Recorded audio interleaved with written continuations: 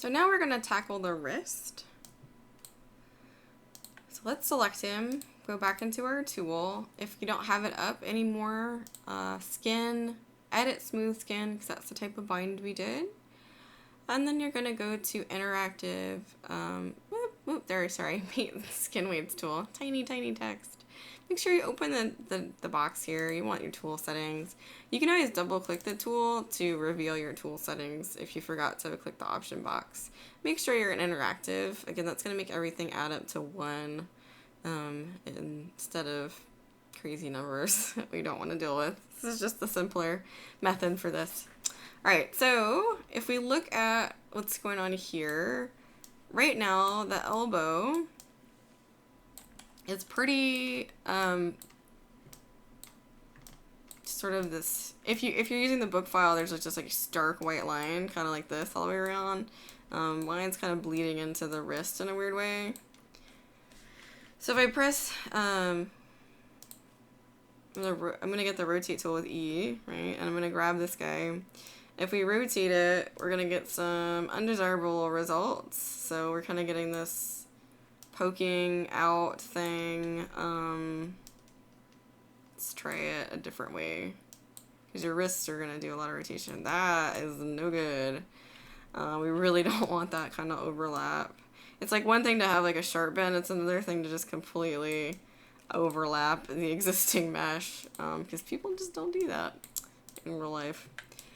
Okay, so I'm going to go back to object mode, grab this dude, and go back to my paint weights.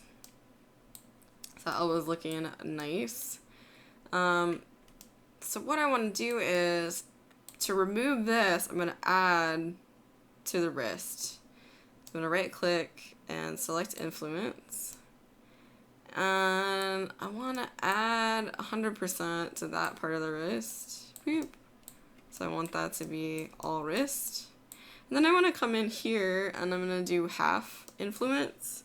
What that's going to do is it's going to reduce the influence of this and give half of it to this. And I'm using a small brush because I'm just getting these guys. Oops, it looks like I got that guy, so let's go back. I'm going to zoom in a little bit so I can see what I'm doing better. Because again, it's per vert, so you want to make sure that you're hitting the verts. You don't actually have to click and drag, you totally can. But you can just click on the verts as well, and it'll get you the same result, because you're not painting, you don't have to paint the faces. Okay, so there we go. So now we have like a slightly gray tint. And so you notice that I'm just sort of creating this intentional gradient instead of having a stark contrast. Because a stark contrast is going to give you this really sort of sharp mechanical bend, and we want a smoother, more natural bend. Alright, so let's test it out now and see what we think. Yeah, that's better. We're not getting, see, and even like that's not like super awesome, but at least it's not overlapping. You can paint weights with it bent like that if you want to. Of course you're gonna have to reset it back and make sure that, you know, it's doing what you want. But if we look at what's going on here, so the wrist only has like no influence, you know, here. So if I'm rotating this, it's not connected at all. So I'm gonna maybe grab 0.2, I don't know, I'll just test it out and give it to here, and you'll see that it updates. Whoops, I gotta fix that one. Let me back up. It's gonna update immediately as you select it, and you can see your results. There, that looks a lot better. I might even increase it. That's not bad though.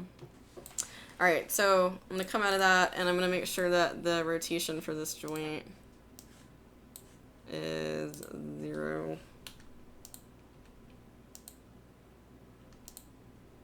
Okay. So I'm resetting the rotation. Now I had made sure that my joints were all set to 0 rotation prior to binding, and that's why I wanted to do that. So that way when I fiddled around like this, I could set rotation back to 0, and then it's back to its default place instead of being in some crazy direction. And that was when we were repositioning things, that we want to make sure we default back to 0 by freezing those transformations on the joints. All right, so next we're going to look at different spots on the body and see if there's anything else that we need to tackle.